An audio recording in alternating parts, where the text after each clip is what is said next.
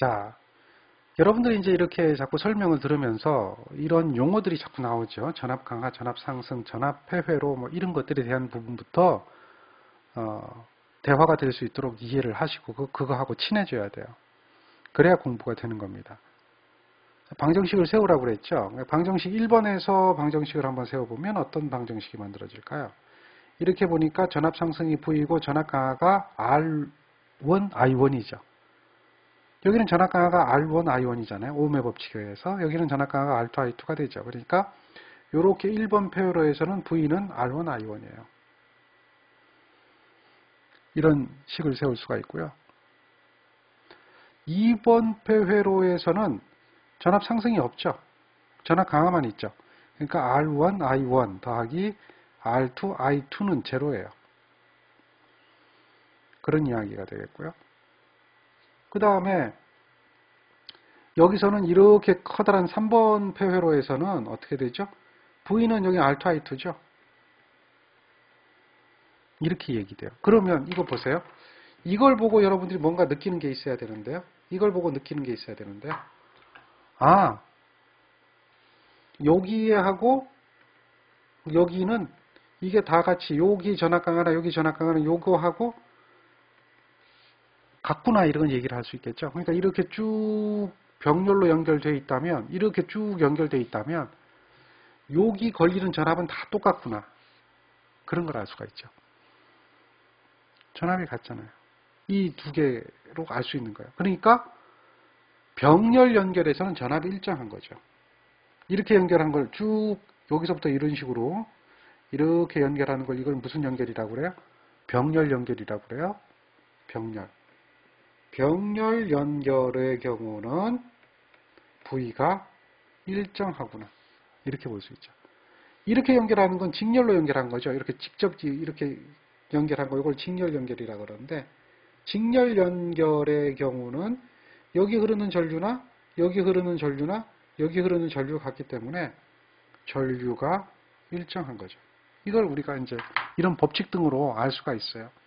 직렬 연결은 전류가 일정하고 병렬 연결은 전압이 일정하구나. 이런 것도 키르요프의 법칙에서 다 알 수가 있는 거예요. 거기에 대한 방정식도 세울 수가 있는 겁니다. 이해되시죠? 방정식이 뭔지 뭐 이것도 이해하시면 돼요. 그래서 이런 것들이 되면 이제 저항이라고 하는 게 하나만 있는 게 아니잖아요. 저항이라고 하는 게 여러 개가 존재하게 되고 그 여러 개가 직렬 또는 병렬로 연결하게 됩니다. 우리가 이제 이런 식으로 쭈루룩 연결하는 걸 병렬, 이렇게 쭈루룩 연결하는 걸 직렬이라고 하는데 직렬로 연결되기도 하고 병렬로 연결되기도 하고 또 직렬과 병렬로 여러 가지 복합적으로 연결되기도 합니다. 이와 같은 저항이 직렬 또는 병렬로 연결할 경우 하나의 저항으로 표현할 수 있어야 한다. 등가 저항으로 나타낼 수 있어야 된다. 그것을 갖다 우리는 합성 저항이라고 한다. 그리고 그렇게 나타나는 것을 저항의 합성이라고 한다라고 하는 거예요. 합성 저항을 등가 저항을 우리가 구할 수가 있어야 된다. 이게 다 무슨 법칙을 가지고 하느냐? 키르요프 법칙과 오음의 법칙을 가지고 하는 겁니다. 자, 이렇게 한번 볼까요? 자, 이렇게 연결하는 것은 저항의 직렬 연결이죠. 저항이 이렇게 뭐 여러 개가 쭉 직렬로 연결되어 있을 때 이와 같은 하나의 저항으로 등가 저항으로 나타낼 수 있어야 된다. 근데 여기서 하나 보세요. 중요한 게 등가라는 말입니다. 등가. 등가라는 말은 무슨 얘기일까요? 같은 값을 갖는다 이런 이야기죠. 값이 똑같다라는 거예요. 그게 어떻게 등가가 되느냐라고 하면 조건이 있어요. 어떤 조건을 보면 되냐면 요 V하고요. 요 V가 같아요. 그랬더니 요 회로에 흐르는 전류 I하고요. 요 회로에 흐르는 전류 I가 같더라는 거죠. 그러면 여기에 있는 저항이 직렬로 연결하는 거 요거는 요거하고 어때요? 같은 것이 되겠죠. 얘가 같고 얘가 같으니까 그러면 얘는 어떻게 될 수 있어요? 얘는 같을 수밖에 없죠. 이해되겠습니까? 그게 등가니까요. 이해하시겠죠? 그게 등가예요. 네. 그랬을 때 이것을 이렇게 하나의 저항으로 표현할 수가 있어요. 합성할 수가 있어요. 합성할 수가 있어요. 됩니까? 좋습니다. 자, 그러면 식을 세워보세요. 방정식을 세우는데요. 방정식을 세우는데 키르요프의 방정식을 세우는데요. 이렇게 되면 전압 상승이고요. 전압 강하잖아요. 전압 상승은 전압 강화와 같다는 키르요프의 전압 방정식을 이 회로에 대해서 전압 방정식을 한번 세워보세요. 전압 방정식 V0는 V1, V2, Vn이죠. V1 더하기 V2 더하기 Vn이죠. 이해됩니까? 요거는 어떻게 돼요? 요거는 V0는 뭐예요? 요거는 RI죠. 전압 강화가 하나밖에 없잖아요. 근데 여기 생기는 전압 강화는 어떻게 돼요? R1I, R2I, RNI 이렇게 되죠. 요걸 다시 적으면 R1I, R2I 더하기 RNI. 자, 우리가 조건에서 얘하고 얘가 같다 그랬죠. 그러면 결론은 뭡니까? 얘하고 얘도 같은 얘기죠. 두 식을 비교해보면 등가니까 같다란 얘기가 되겠죠. 이거 I0라 그럴까요? 다 I0였으니까. 같은 거죠. 네. 그래서 등가라고 하는 조건을 적용하다 보니까 결국은 이 식하고 이 식이 같아질 수밖에 없다. 이렇게 같아질 수밖에 없다는 거예요. 같아지니까 여기에 있는 I 약분시켜버리니까 R0라고 하는 것은 다 더해준 거하고 같다는 얘기죠. 직렬로 연결한 저항은 다 더해주면 된다.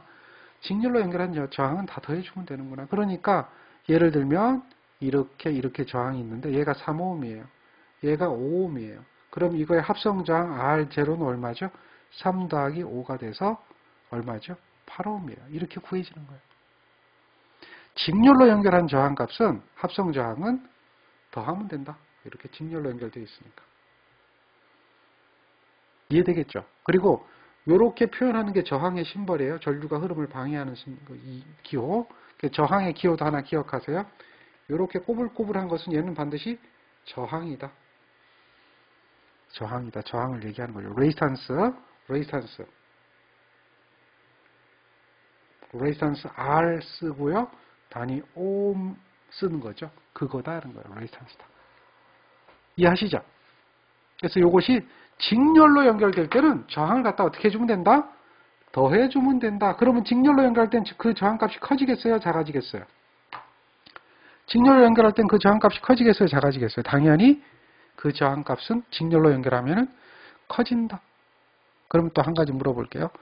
똑같은 저항을 두 개를 직렬로 연결하면 저항값이 얼마가 될까요? 똑같은 저항.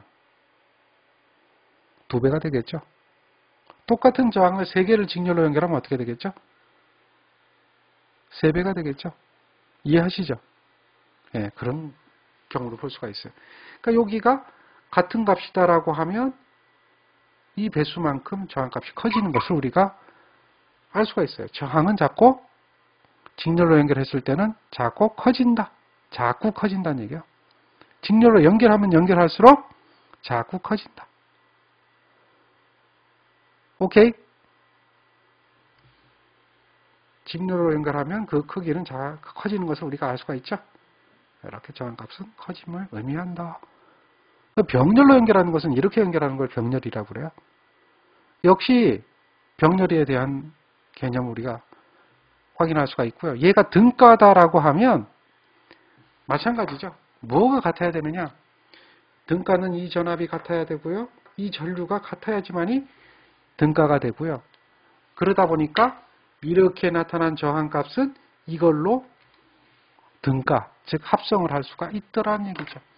그랬을 때 여러분들이 여기서 느껴지는 것은 바로 이 지점을 보고 느껴야 되겠죠. 이 지점을 보고 느끼는 것이 바로 뭐예요?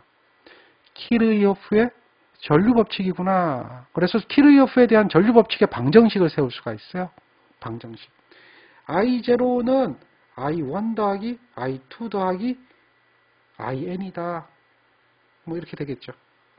뿅뿅뿅이니까. 요거는 다시 하면 여기 양단의 전압이 뭐가 돼요? 병렬이니까 전압이 일정하다 그랬죠. V0예요. V0예요. V0라고 알 수 있는 것은 폐회로 세워보고 키르요프의 전압 방정식 적어보세요. 이렇게 하면 V0는 R1, I1이에요. 이렇게 하면 V0는 R2, I2예요. 이렇게 하면 V0는 어떻게 돼요? RNIN이에요. 그러니까요. 그래서 요거는 R1분의 V0, R2분의 V0, Rn분의 V0다. 이렇게 식을 세울 수 있고, 요 밑에 식은 I0는 어떻게 돼요? R0분의 V0다. 이렇게 세울 수 있잖아요. 근데 결국은 우리가 등가라는 조건에서 얘하고 얘는 같을 수밖에 없다라고 하는 거죠. 이해되겠습니까? 같을 수밖에 없다. 같다라고 놓아보세요. 같다라고. 그러면 놓아보면 어떻게 될까요? R1분의 V0 더하기 R2분의 V0 더하기 Rn분의 V0는 R0분의 V0죠. 그러니까 요거는 V0로 다 묶어줄 수가 있죠. V0로 묶어주면 더하기니까 R1분의 1 더하기 R2분의 1 더하기 Rn분의 1이 되겠죠. 이거는 R0분의 V0가 돼서 V0는 약분돼서 없어져요. 약분돼서 없어지니까 결국 뭐가 나와요? R0분의 1은 R1분의 1 더하기 R2분의 1 더하기 Rn분의 1이죠. 이것이 다 더해지긴 더해지는데 그냥 더해진 게 아니라 다 역수로 더해져요. 이렇게 저항의 역수적인 개념, 이걸 단위를 오음을 거꾸로 뒤집었어요. 저항의 역수로 되는 개념, 오음을 거꾸로 뒤집어 쓰고 이걸 읽을 때 OHM, 오음이죠. 오음을 거꾸로 쓴 거예요. 그러니까 거꾸로 쓰다 보니까 뭐가 돼버렸어요?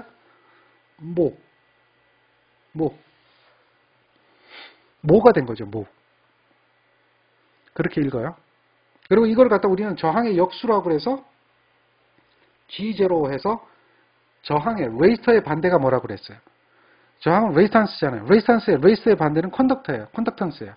그러니까 얘를 컨덕터턴스, 레지스탄스 하면 컨덕턴스 G라고 하죠. 이렇게 나타낼 수가 있어요. 우리가 여기서 구하는 것은 R0를 구하죠. 그러면 R0를 구하려면 여기에 역수를 취해주고 여기도 역수를 취해줘야 되겠죠. 역수를 취해줘야 돼요. 역수를 취해주니까 그 값이 어떤 값이 되느냐? 자, 그 값은 역수를 취해주니까 이와 같이 되는 거죠. 이거에 역수를 취해준 거죠. 그러니까 이쪽은 어떻게 된 거예요? 이쪽은 R0분의 1에 이것을 역수를 취해준 거잖아요. 그러니까 여기니까 당연히 이거는 R0가 되겠죠. 그리고 이거는 아까 보여드렸던 거에 역수가 되죠. 이것이 병렬에 대한 합성저항이다. 그러니까 저항을 병렬로 연결한다는 것은 역수로 해주는 거예요. 역수로. 여기서 역류를 취하여 이건 좀 오타가 난 거고요. 그 값을 역수를 취해서 합한 다음에 다시 역수를 취하는 것이다. 그게 병렬입니다. 합성저항이라고 하는 것은 역수를 취해서 합한 다음에 다시 그것을 역수로 취해 주는 것이다. 그래서 이것은 저항값이 작아지는 것을 의미해요. 병렬로 연결하는 것은 결국 저항값이 작아지는 것을 의미한다. 오음의 단위를 가지고 있는 것은 다 이와 같이 하는 겁니다. 전기 회로에서 회로 숫자의 응답을 구할 때 저항이나 또 저항의 차원을 갖는 임피던스가 있습니다. 임피던스를 구할 때는 지금과 같은 방법을 동일하게 써서 구한다라고 하는 거예요. 이해되겠죠? 그게 병렬이에요. 그러니까 이제 이렇게 되죠. 병렬로 연결했다. 그럼 여기 이렇게 두 개의 저항을 병렬로 연결해 보자는 거죠. 자, 여기 3ohm이고 여기 2ohm입니다. 이거에 대한 합성 저항을 구하라라고 하면 합성 저항은 어떻게 해주면 돼요? 이렇게 해주면 되죠. 역수를 취해서 더해주라는 얘기예요. 3분의 1을 역수를 취하고 2분의 1을 역수를 취해줘서 주하라는 얘기죠. 그걸 더해줘서 다시 그것을 어떻게 해줘라? 역수를 취하라는 얘기죠. 그게 저항이다. 결국은 이 이야기는 이런 이야기하고 같아요. 어떤 이야기냐면 3 더하기 2분의 3 곱하기 2가 돼서요. 이렇게 계산해도 얘 계산기 그대로 누르면 돼요. 얘가 1.2가 나오고 이렇게 계산해도 1.2가 나옵니다. 똑같은 겁니다. 그러니까 요거 두 개를 더해주고 이거 두 개를 곱해주죠. 여기 R0입니다. 똑같은 식이 되는데 이게 다 성립이 돼요. 그대로 성립이 돼요. 계산기 누를 때 요 계산기 그냥 되는 이유 중에 하나가 이거예요. Natural Display라고 그랬죠. 분수 누르는 거예요.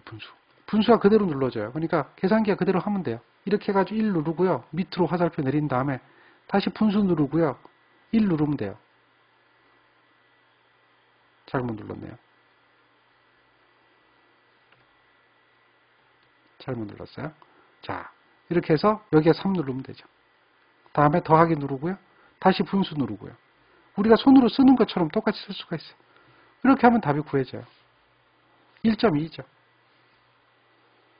자, 이거 바뀌는 건 뭘 눌렀다 그랬어요? 이렇게 바뀌는 거는 SD 누른 거예요. S하고 D를 바꿔주는 거죠. 그 바꿔주는 그 버튼을 한 번씩 누를 때마다 이게 바뀝니다. 이렇게 해준 거나 또 분수에서요. 3 곱하기 2 하고요. 3 더하기 2 하는 거하고 똑같아요. 이게 어떻게 수학적으로 갔느냐라고 얘기하면 이거죠. 병렬로 연결할 때는 R1분의 1 더하기 R2분의 1분의 1이 병렬 연결이단 말이에요. 그럼 이것은 우리가 계산할 때 통분을 해줘요. 통분. 요 부분을. 분모를 갖게 해주는 거죠. R1분의 1 더하기 R2분의 1을 통분을 해준다라고 하는 거예요. 그러면 우리가 이제 최소 공배수 기억하시죠? 최대 공약수 하는 게 있어요. 그러니까 공통된 배수가 있어요. 요거 두 개의 공통된 배수는 뭐죠? R1, R2가 돼요.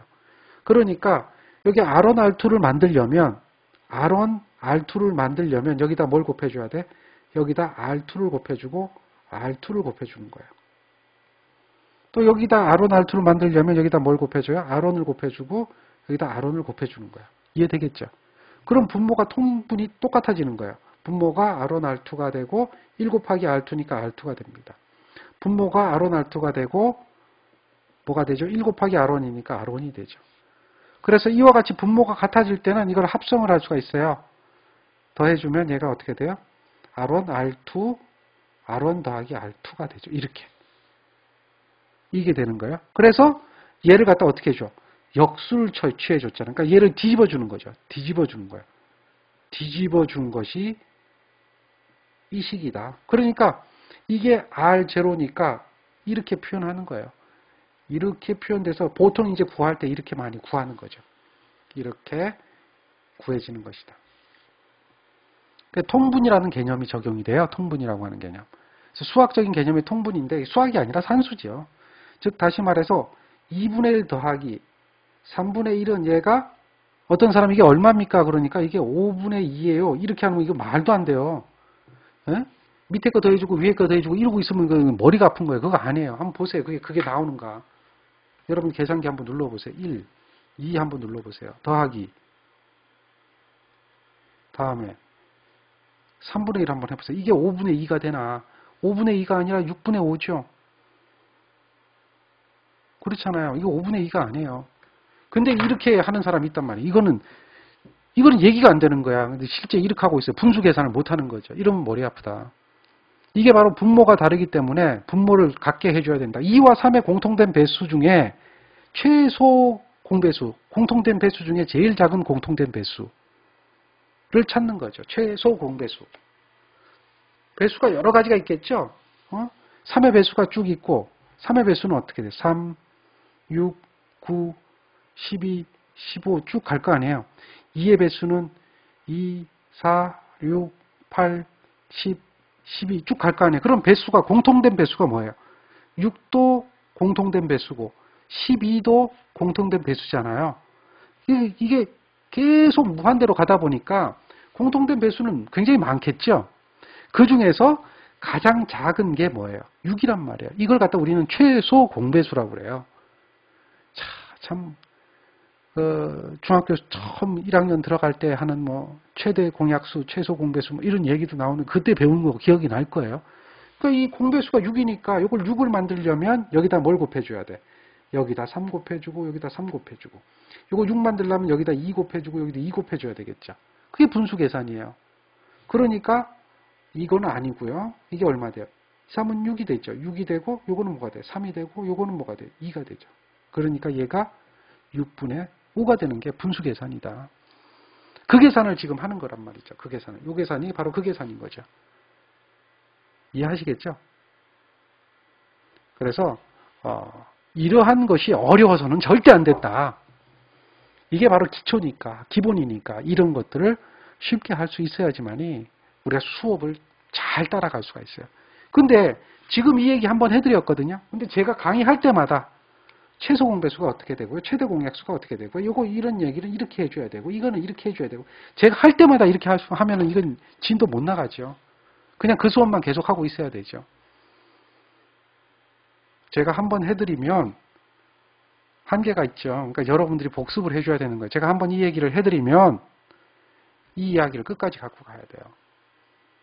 필요하기 때문에 해드린 거예요. 근데 필요해서 해드렸는데 이걸 여러분들은 한번 듣고 난 모르겠네 해가지고 잊어먹어버리면 얘기가 안 돼요. 그렇잖아요? 기억하세요. 기억력이라고 하는 것은 말이죠. 이해가 됐어요? 그럼 이제 연습을 안 했으면 자연적으로 기억력이 사라져요. 그러니까 이거를 연습을 해야죠. 그래서 문제 풀 때마다 우리가 이제 수학책을 가지고 산수책을 가지고 이걸 하자 그러면 안 되잖아요. 그럼 그렇게 하면 곤란한 거고, 지금 이제 이런 걸 가지고 전기 부분에 대해서 적용할 때마다 이것을 계속 떠올려야 되겠죠. 그럼 내가 머릿속에서 이걸 다 기억을 못 하잖아요. 자꾸 잊어먹을 거 아니에요. 근데 내가 필요한 거 기억을 못 하는 거 있을 거예요. 노트 필기를 한다는 얘기가 바로 내 머릿속에다 집어넣어야 될 게 있는데 그 집어넣어야 될 것이 안 들어가니까, 지금 당장 안 들어가니까, 나중에 들어가면 들어갈 거예요. 근데 지금 당장 안 들어가니까 당장 머릿속에 넣어야 될 게 안 들어가기 때문에 그것을 메모해 놓는 거예요.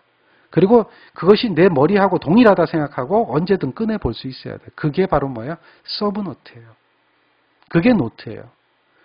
여기 적어준 거 똑같이 적는다고 그게 중요한 게 아니라는 거죠. 필기하지 마세요. 필기 왜 합니까? 머릿속에 듣고 자꾸 머릿속에 넣는 연습을 해야 돼요.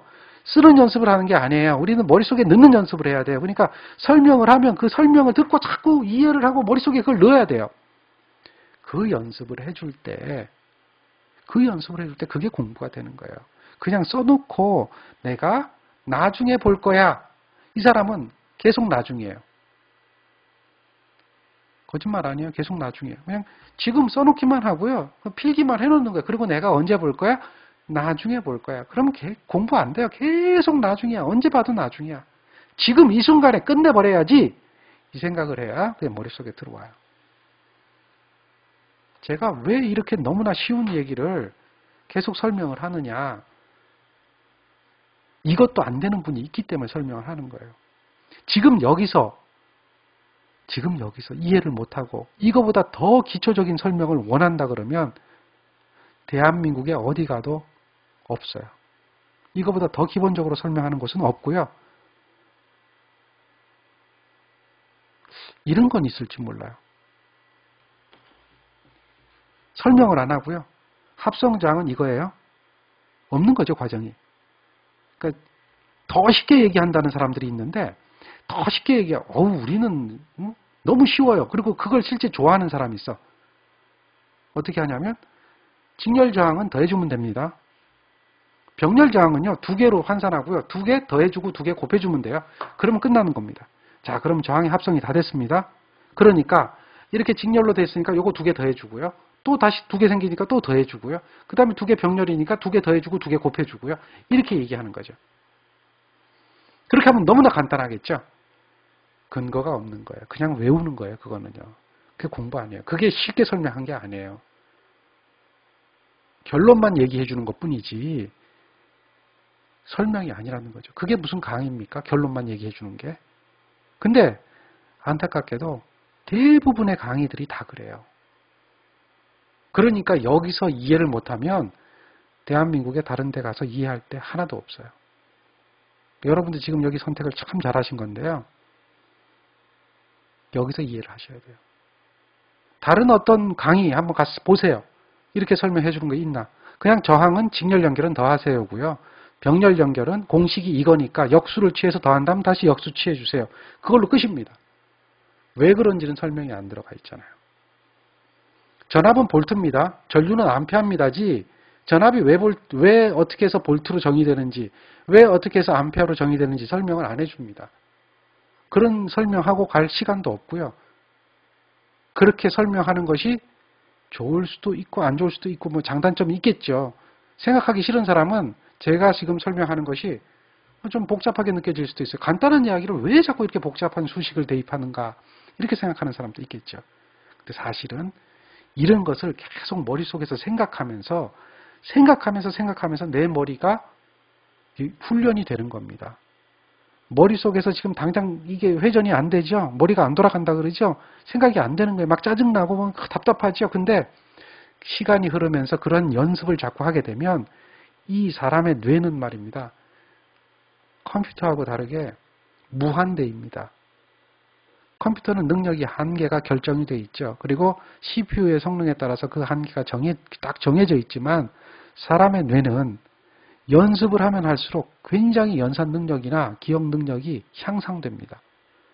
연습을 안 하고 그대로 두기 때문에 이게 더 이상 발전을 못하고요. 쇠퇴되는 겁니다. 치매요. 머리를 안 써서 치매 걸리는 겁니다. 뇌를 계속 훈련시켜야 돼요. 그래야 뇌세포가 활성화가 되면서 그게 기억력이 되고 또 판단하는 능력이 생기고 그럼으로써 치매도 예방되는 겁니다. 우리 나이 많은 어르신들 70, 80 먹으신 분들이 노년에 할 일이 없어요. 근데 가진 것은 좀 가지고 있어요. 재산적으로 여유가 있어요. 그런 분들이 주로 가는 데가 있습니다. 어딜 가는 줄 아십니까? 대학을 갑니다.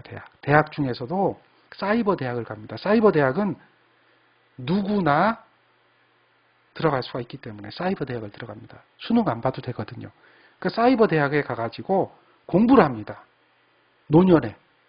그분들이 왜 노년에 그 공부를 할까요? 굉장히 공부하는 걸 즐겨합니다. 이유가 뭐냐면 생각하고 또 배웠던 거 또 배우고 하면서 뇌세포가 활성화가 되니까 즐겁고요. 이 즐겁게 느껴지는 거예요. 그러니까 이 공부하는 게 싫어지는 게 아니라 즐겁게 느껴져요. 즐겁게 되고 또 거기서 교제도 있고 교제라고 하는 서로 사람 간의 만남이죠. 같은 공부한 사람끼리 만나고 이야기도 나누고 생각도 하고 하면서 치매가 예방되고 건강한 노년을 이렇게 영위할 수가 있는 그런 부분이 있더라는 거죠. 그러니까 어느 정도 능력이 된다면 이분들은 사이버 대학에 진학을 합니다. 또 그 외에 실제 정규 대학에 진학하는 분들도 있어요. 내가 대학을 졸업했는데 박사학위도 가지고 있는데 다시 갑니다. 왜? 공부하는 것이 바로 뇌세포 활성화에 굉장히 도움이 된다는 걸 알고 있기 때문에요. 여러분들은 지금 이게 생각이 잘 안 떠오른다는 얘기는 그만큼 뇌세포가 활성화가 안 돼 있다는 얘기입니다. 그러니까 뇌세포를 활성화시키기 위한 훈련을 하셔야 돼요. 그게 훈련입니다. 하물며 헬스클럽 가서 운동을 할 때도 어떤 부위의 근육을 활성화시켜서 그 부분을 어떻게 움직여야지만이 근육 운동이 되고 근력 운동이 되고 이것도 나오는데 뇌세포도 그렇지 않겠습니까?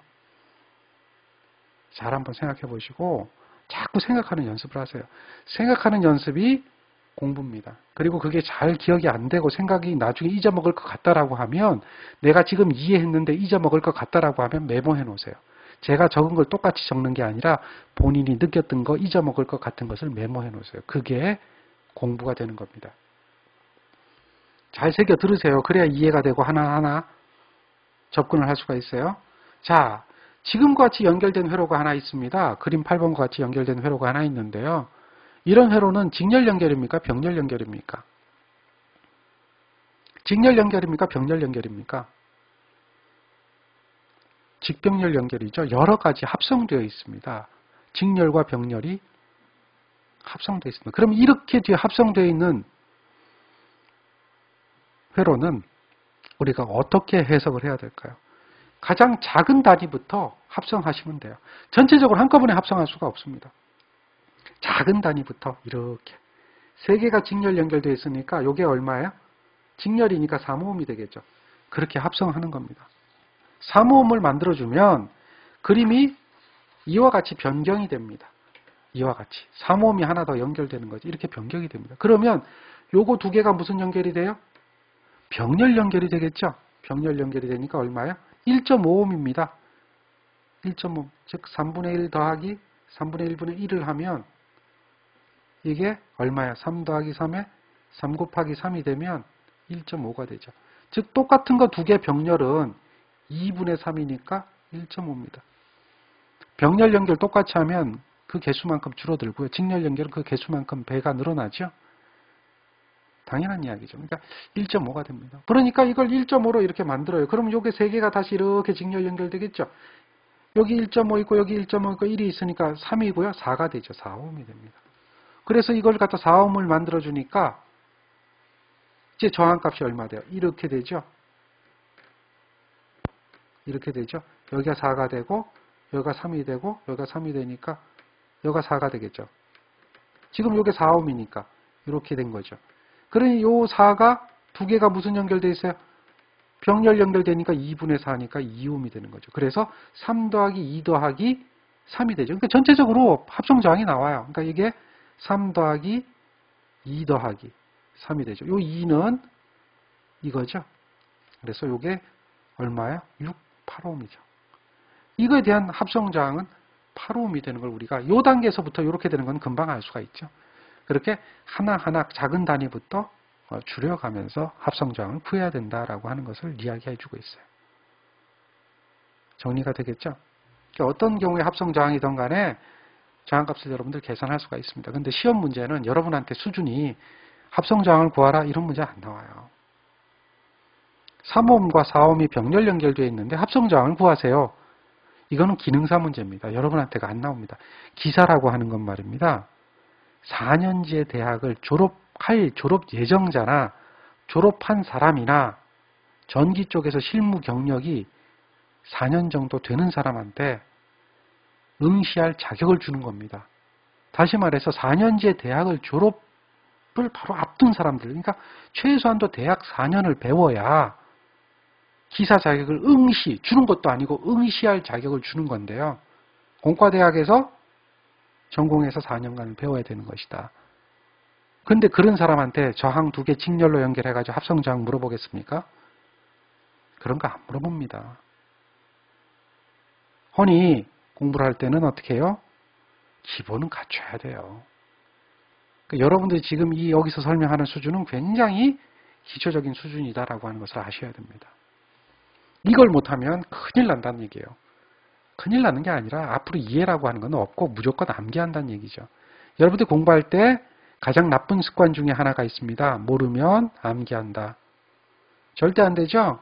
모르면 암기하는 게 아니에요. 모르면 공부해서 이해하는 겁니다. 모르면 암기하는 게 아닙니다. 자, 전압분배 법칙과 전류분배 법칙이 있습니다. 분압법칙, 분류법칙이 있습니다. 됐죠? 근데 이게 뭐냐 이런 얘기예요. 뭐냐. 이걸 예를 들면 이 전압이 분배되는데요. 이런 이야기예요. 여기다 10V를 가한 거예요. 10V를. 10V를 연결을 했어요. 그 저항이 여기가 4옴이 있고요. 여기에 6옴이 있어요. 4옴이 있고 6옴이 있어요. 그러면 여기 양단에는 전압이 얼마 걸릴까요? 라고 물어봐요. 여기 양단에는 전압이 얼마 걸릴까요? 그러면 이제 우리가 계산을 하는 거예요. 합성 저항이 R0를 구하니까 4와 6이 직렬 연결되니까 이게 15옴이다. 그래서 전압이 V가 10V니까 여기에 흐르는 전류 I0를 구하게 되면 I0는 어떻게 된다? 15옴에 10V니까 1A가 흐르더라.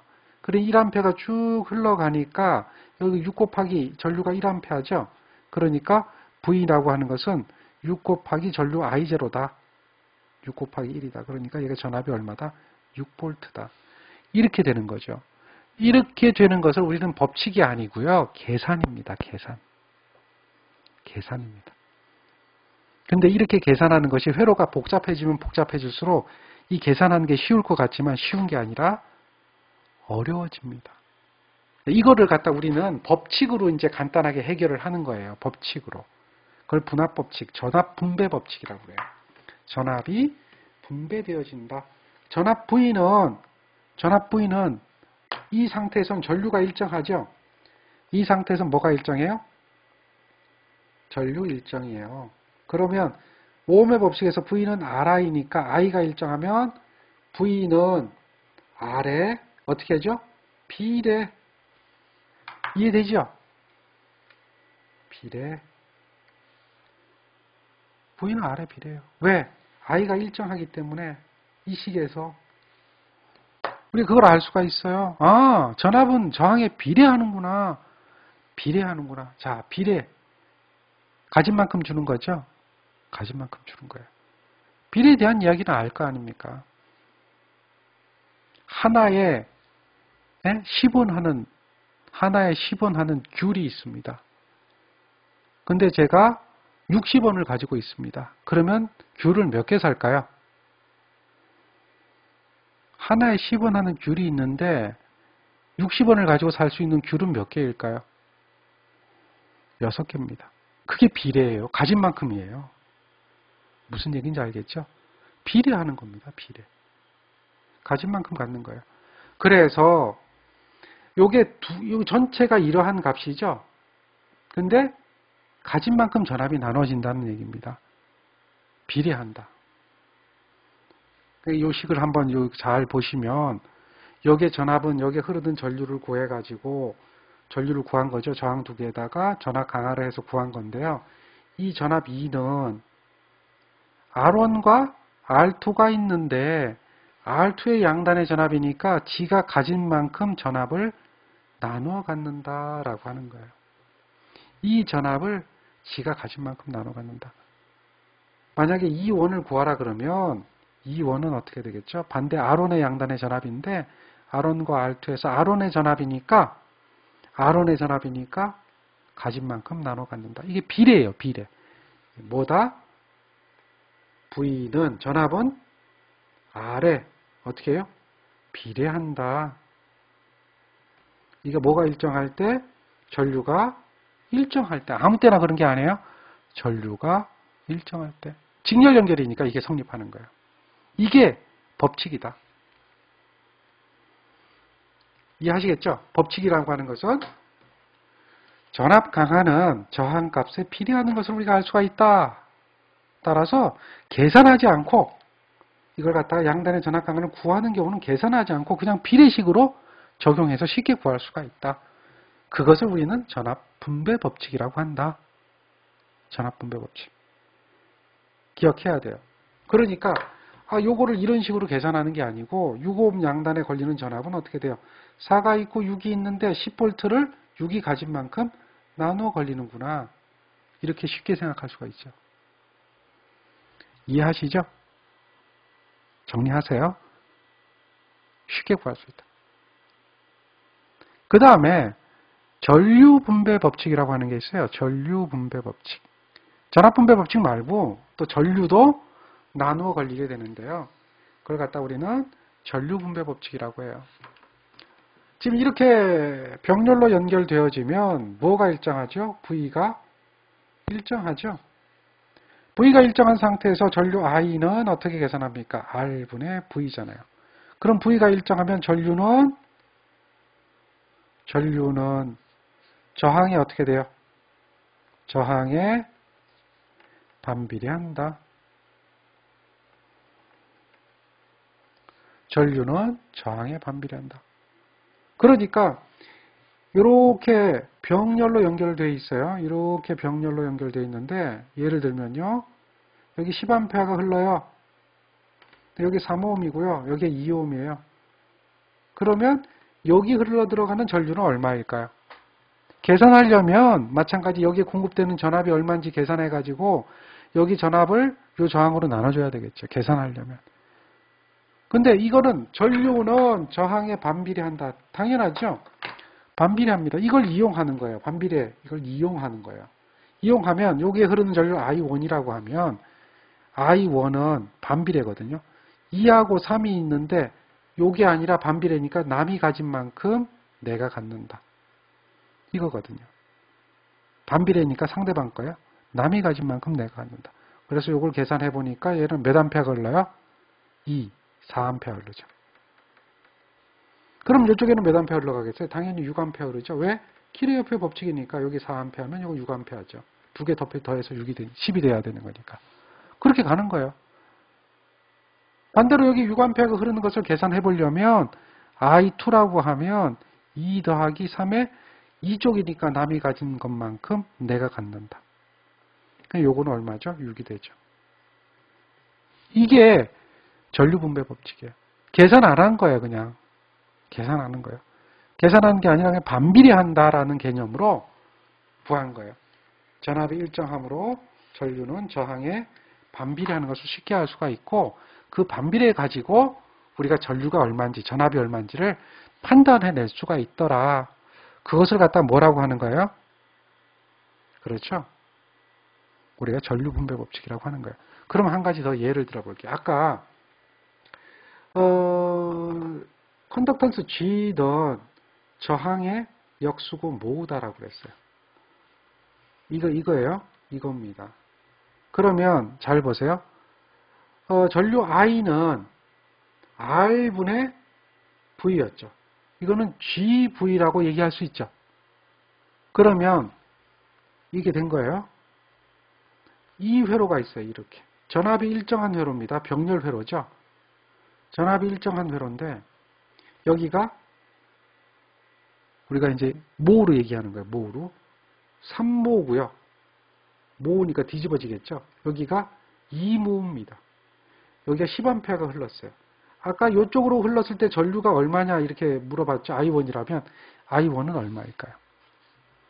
이 그림하고 비교해 보세요. 이거는 5ohm이었고 똑같아요. 3, 2고 10인데 똑같아요. 근데 5ohm이잖아요. 5ohm이니까 여기에 4A가 흘렀거든요. 근데 지금 5ohm이 아니라 뭐죠? 모입니다. 모. 뒤집어진 거예요. 역수. 모입니다. 5ohm이 아니에요. 모입니다. 모.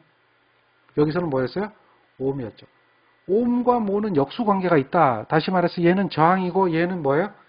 컨덕턴스입니다. 컨덕턴스. 컨덕턴스일 때 전류 I1은 어떻게 될까요? 이렇게 얘기하는 거예요. 자, 몇 암페어 흐를까요? 이거는 I는 뭐에 비례하죠? 컨덕턴스에 비례합니까? 반비례합니까? I는 컨덕턴스에 비례합니까? 저항에는 당연히 반비례했죠. 컨덕턴스에는 비례합니까? 반비례합니까? 이게 이제 법칙을 적용하는 연습이에요. 비례합니까? 반비례합니까? 비례, 반비례 대답해 보세요.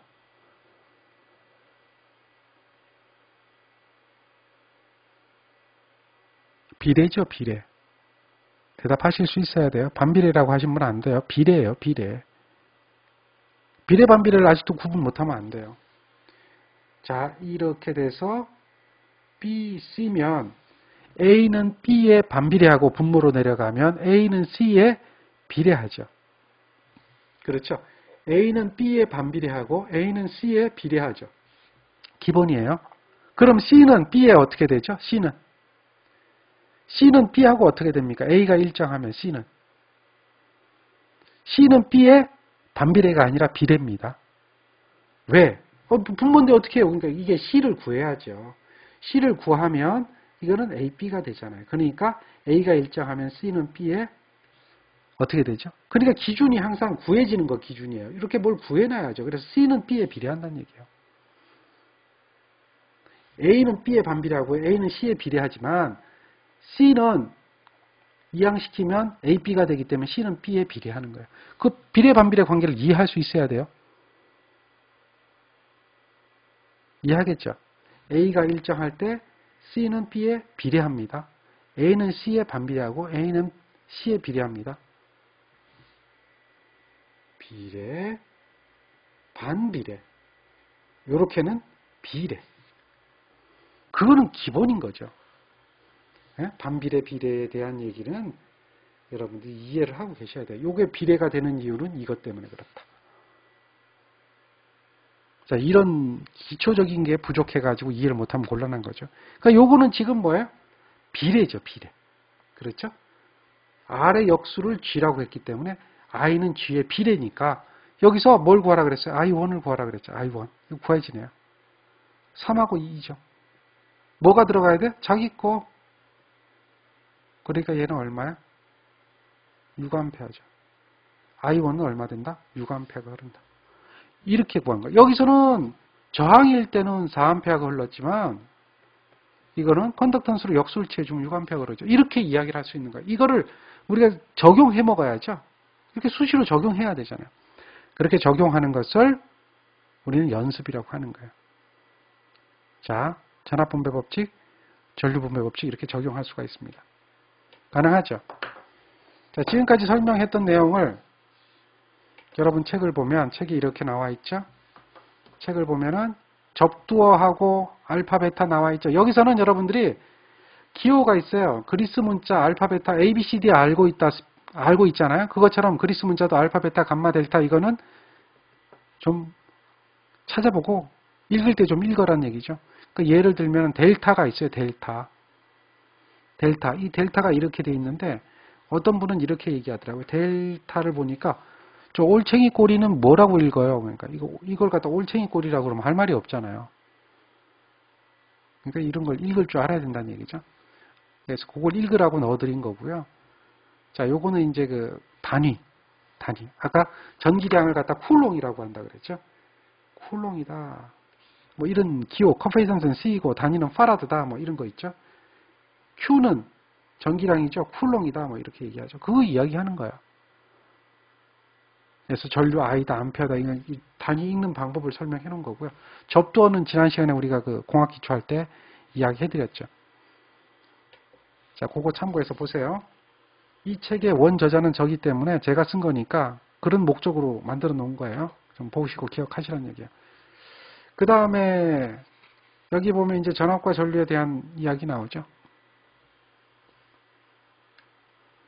자, 이 이야기 다 설명드렸던 거 기억하시죠? 네.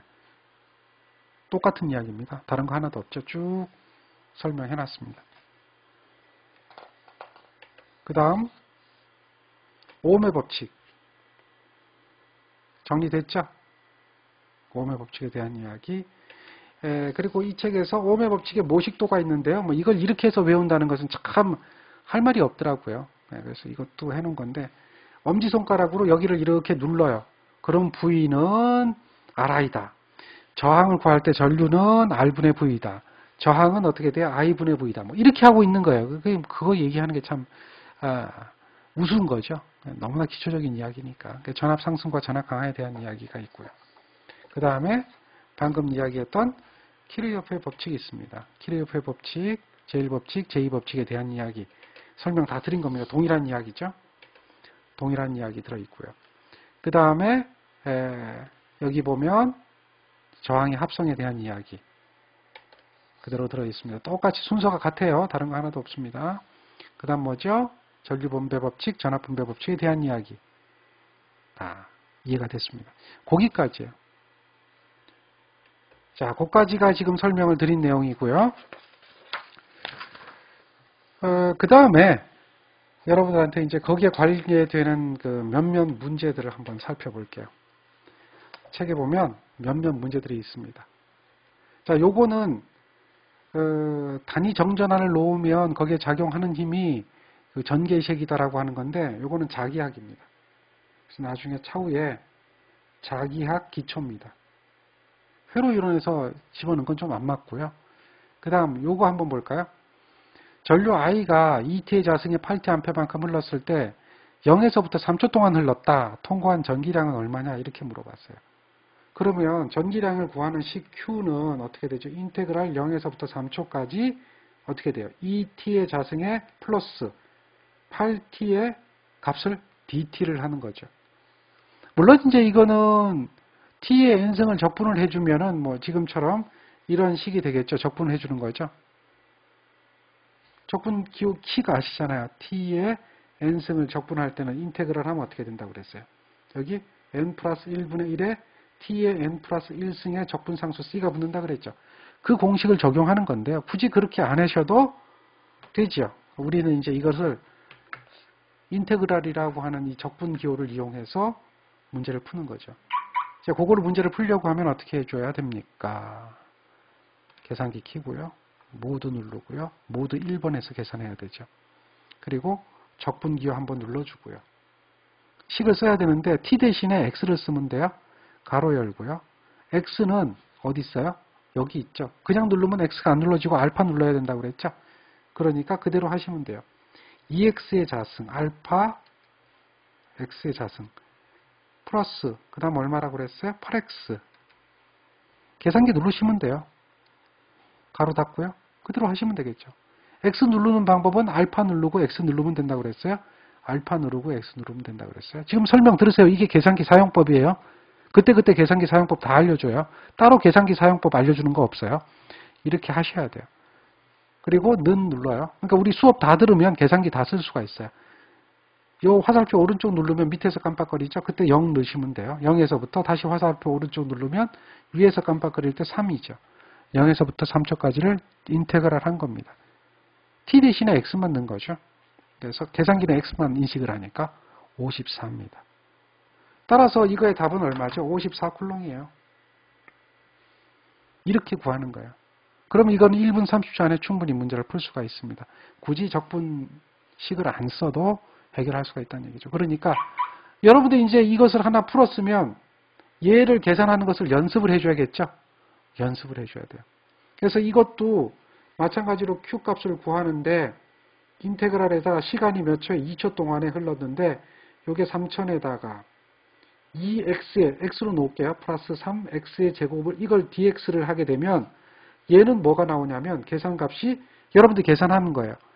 36000이 나오나요? 이렇게 해서 쿨롱이 나와요. 쿨롱. 근데 문제는 이 문제는 쿨롱을 찾으면 답이 없죠. 쿨롱을 찾으면 뭘 구하라 그랬어요? 암페어 아워를 구하라 그랬어요. 암페어 아워. 그러니까 쿨롱이라고 하는 것은 뭐냐? 암페어 세크거든요. 암페어 세크거든요. 그래서 암페어 세크를 암페어 아워로 나타내려면 어떻게 해줘야 돼요? 초를 시간으로 나타내려면 어떻게 해줘야 돼요? 요것만 기억하시면 위에 문제하고 똑같아요. 3600. 1시간은 3600. 1아워는 3600 세크. 요 관계를 기억하시는 거예요. 1시간은 3600 초다. 1분이 60초니까. 그걸 알면 되죠. 그러니까 얘를 얼마로 나눠주면 돼? 3600으로 나눠주면 되는 거예요. 얘를 3600으로 나눠주면 36빵빵빵을 3600으로 나눠주면 이게 10이 나오잖아요. 그게 답인 거예요. 다시 말해서 자 여기에서 계산식을 세워서 54가 나오는 걸 확인했다면 여기에서 계산식을 세워서 36빵빵빵이 나오는 건 여러분들 확인할 수 있다. 근데 그게 답이 아니다. 암페어 세크니까 쿨롱은. 근데 우리가 문제에서는 암페어 아워를 물어봤으니까 1시간이 3600이니까 이 값을 3600으로 나눠야 답이 되더라. 그 개념만 이해하시면 되죠. 그러면 이런 문제도 해결이 된다. 이렇게 가는 거예요. 내가 공부를 하면서 이게 적분 때문에 이거. 근데 보통 이제 계산기를 모르는 분은 적분하라 그러니까 학원 가면 무슨 얘기 하냐면요. 학생들한테 이런 얘기를 해요. 적분 가지고 문제 푸는 거 100문제 중에 우리 시험 문제 100문제 보는데 100문제 중에 적분으로 푸는 문제는 한 문제도 없어요. 있어봐야 한 문제예요. 그거 풀려고 적분합니까? 적분하지 마세요. 그냥 그런 거 하지 마시고요. 이 문제 풀지 말고요. 그냥 54 외워서 넘어가세요. 10 외워서 넘어가세요. 그러니까 문제 나와야 똑같이 나오니까 54고 10입니다. 숫자만 기억하세요. 그 다음 문제 가겠습니다. 이렇게 얘기하는 게 학원 강의예요. 바람직하지 않잖아요. 그죠? 그렇게 하는 게 아니에요. 절대 그렇게 하지 마세요. 계산기만 가지고 있으면 이거 1분 30초 안에 충분히 풀 수가 있는 거예요. 한번 해보세요. 36빵빵빵이 나오는지 안 나오는지 이거 연습해보세요. 누르면 되겠죠. 그대로 인테그랄 누르고 3000 누르고 가로 열고 그 다음에 2x 알파 x 누르고 그대로 하세요. 더하기 다음 어떻게 돼요? 3x의 제곱 알파 x의 제곱 가로 닫고 끝났죠. 0에서부터 2초까지 계산기 빨라요. 그냥 답 나와요. 암페어, 세크, 암페어, 아워 단위 관계만 신경 쓰면 답이 이런 거 계산했을 때 답을 못 찾으면 곤란한다는 얘기죠. 이해하시겠습니까? 그래서 우리가 이제 이야기할 때 이런 기본 단위가 중요한 거예요. 단위를 볼 줄 알아야 돼. 그래서 전기는 단위를 잘 보면 뭐 절반은 맞고 간다 그런 얘기를 해요. 이해하시겠습니까? 그리고 이런 합성 저항, 합성 컨덕턴스 구하라 하는 것은 아까 얘기했죠. 이런 작은 단위부터 하나씩 해결해 나가면서 풀어야 되는 것이니까 연습하면 되는데 1975년 한 번 나오고 안 나왔어요. 그러니까 이런 문제는 풀 필요도 없는 거죠. 이해됩니까?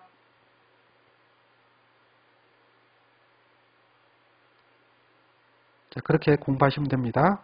자, 오늘 수업은 여기까지 하겠습니다. 수고하셨습니다.